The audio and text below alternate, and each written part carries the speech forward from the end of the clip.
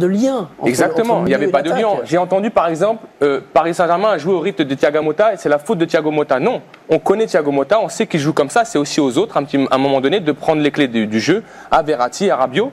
Et on a vu que dans toutes les lignes, de toute façon, il y a eu des manquements, que ça soit individuel, mais c'est surtout des manquements collectifs à ce niveau-là, de la part du Paris Saint-Germain. Non, puis surtout, il faut arrêter de prendre les gens pour des ânes.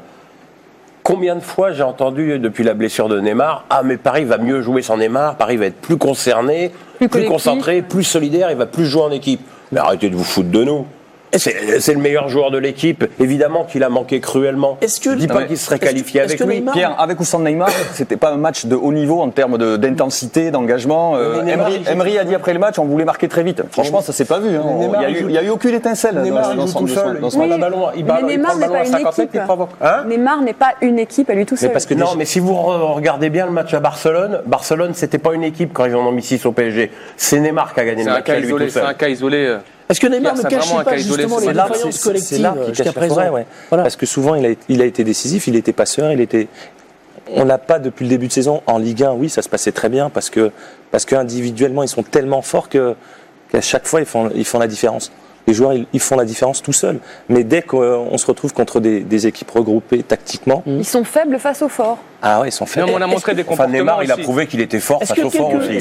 Pardon, avant de venir au commandement, est-ce qu'il y a quelques limites individuelles des joueurs, selon vous, qui sont ressorties ? Est-ce que certains joueurs ont montré leurs limites, simplement, dans ce match de niveau ? C'est pas la limite, c'est des matchs de Ligue des Champions. Là, on joue contre c'est le gratin, c'est les meilleurs joueurs du monde. Donc, après, si, dans l'engagement, on n'est pas plus fort qu'eux, si dans la générosité, et si on n'est pas tous ensemble, on n'a aucune chance. C'est surtout, Olivier, quand on regarde le match aller, la vérité est que pendant 80 minutes, le PSG fait un match presque parfait. Donc on ne peut pas considérer aujourd'hui, sur le match retour, qu'il y a des limites individuelles. Je pense que les limites, elles sont collectives. Au match aller, lorsqu'ils ont cette faiblesse pendant 10 minutes, c'est une faiblesse collective, c'est pas une faiblesse individuelle. Mais tu prends 2 buts, donc ça veut dire que tu es quand même fragile. Non, mais tu es fragile collectivement. C'est-à-dire que c'est pas lié à la non-performance d'un joueur sur le terrain de prendre 2 buts et c'est pas lié de voir ce match-là pendant 90 minutes à la performance, par exemple, d'un Dani Alves. C'est un ensemble qui fait que... Sauf que sur le match, au bout de 10 minutes, tu sais que derrière, ça va être très compliqué pour Paris parce que Madrid, ils sont arrivés, ils ont imposé leur rythme. Ils ont joué tranquillement. Et sur la grinta, justement, l'esprit, donc vous voulez parler de l'esprit, ils ont été défaillants Mais ils ont été défaillants. Quand on voit aujourd'hui le comportement, moi j'ai fustigé Pastore, par exemple. Le comportement de Pastore est ce qu'il est. C'est-à-dire qu'il rentre sur le terrain, pour moi, avec pas l'attitude d'un joueur pour jouer un match de Ligue des Champions. Il rentre en pyjama déjà. Et c'est assez grave. Le plus grave pour moi, c'est pas Pastore. C'est les autres autour de lui. C'est-à-dire que je ne vois aucune réaction. Il est rentré à la 58e minute. Il a perdu un ballon qui a amené le but. Il perd un deuxième ballon 3 minutes après qui amène le poteau. À aucun moment, je n'ai vu ni Thiago Silva, ni Dani Alves, ni Berchiche, ni Thiago Motta aller le voir faire 5 mètres et d'aller le voir, lui dire ce que tu es en train de faire, c'est pas acceptable pour l'équipe. Donc à un moment donné, le problème il est collectif, il est individuel, mais collectivement, c'est aussi la grinta. Quand on voit un Sergio Ramos, par exemple, quand on voit un Cristiano Ronaldo au match aller de pouvoir calmer ses joueurs. C'est pas la même chose parce que t'es Cador, toi t'es Cador au PSG, t'es Cador, c'est Thiago Silva.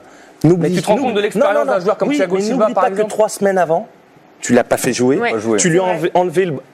Il était capitaine, donc tu lui dis pas un mot. Il est capable de recruter Dani Alves, pourquoi laissez-moi finir. Thiago Motta, il a fait le match. Il n'était pas au match aller, il n'a pas fait le voyage, il est titulaire. Donc à un moment, c'est Di Maria qui était en pleine bourre, tu le fais pas jouer. Donc en termes de solidarité, eux c'est les patrons. Mais aux yeux des autres, c'est pas les patrons. Parce que derrière, tout le monde fait ce qu'il veut. À Paris, tu vois que chacun fait son truc et personne ne dit rien. Est-ce que vous pensez sincèrement que c'est Emery qui a fait jouer Thiago Silva et Thiago Motta au retour? Vous êtes bien naïf. Oui. Moi, je te dis que non. Si tu dois mourir, Pierre, à un moment, si tu fais ce choix-là, 3 semaines avant, mais ça fait partie des problèmes du PSG. Avant, l'équipe type du Paris Saint-Germain, à un joueur près, on la connaissait, on savait qu'il allait jouer les gros matchs. Là, maintenant, on se pose la question sur 3-4 postes, donc il y a quelque chose qui cloche. Un mot de Valentin, vous disiez que vous avez été déçu de votre télé, sur tout ce que vous venez d'entendre, sur le niveau global du PSG sur ce match, l'investissement peut-être mental. J'espère en tout cas pour eux qu'ils étaient concernés par ce match parce que chaque joueur professionnel aimerait disputer des rencontres comme ça. Après, c'est pour moi une faute professionnelle ce qui s'est passé sur le match retour parce que non, faute professionnelle, je peux pas te laisser dire ça. Ils n'ont pas montré l'ambition. Non, mais sans face, c'est des joueurs de grande. T'es professionnel. Oui, je suis d'accord. Quand tu perds contre le Real Madrid, tu peux pas dire que c'est une faute professionnelle. T'as les meilleurs joueurs. peut-être qu'il a manqué de beaucoup de choses, mais c'est pas une faute mais je suis professionnelle. d'accord avec toi, Parce mais que par les gens exemple, qui sont ce qu'a derrière dit la télé, Habib sur ils disent l'attitude ah ouais, de faute Pastore. professionnelle. Non, mais ce qui veut dire, c'est qu'ils n'ont pas eu le comportement. En tout cas, certains n'ont pas eu le Adéquat. comportement. Faut faire Un match de attention, très haut ça, niveau rendez-vous d'un comme ça. huitième de finale de Ligue des Champions. Habib est revenu sur Pastore. Moi, j'ai envie de revenir sur Verratti, qui fait plutôt un très bon match jusqu'à son carton rouge. Mais c'est pas possible que Marco Verratti subisse une 3e expulsion en Ligue des Champions, sans compter, je sais plus combien il a eu, 70 cartons jaunes en Ligue 1. Il n'a pas progressé d'un millimètre au niveau du comportement. À un moment donné, c'est son équipe qui met dans la merde en faisant ça. Et là aussi, il n'y a personne qui s'il lui n'est dit. pas recadré, à un moment, s'il Voilà. n'est pas recadré, il fera toujours les mêmes choses. Sur l'esprit, je voudrais qu'on parle de la Juve qui a montré exactement ce que pouvait être une attitude de combattant sur un terrain face à Tottenham. C'était le lendemain soir. Hein. Ouais, la Juve qui jouait son match retour à Wembley, donc face à Tottenham.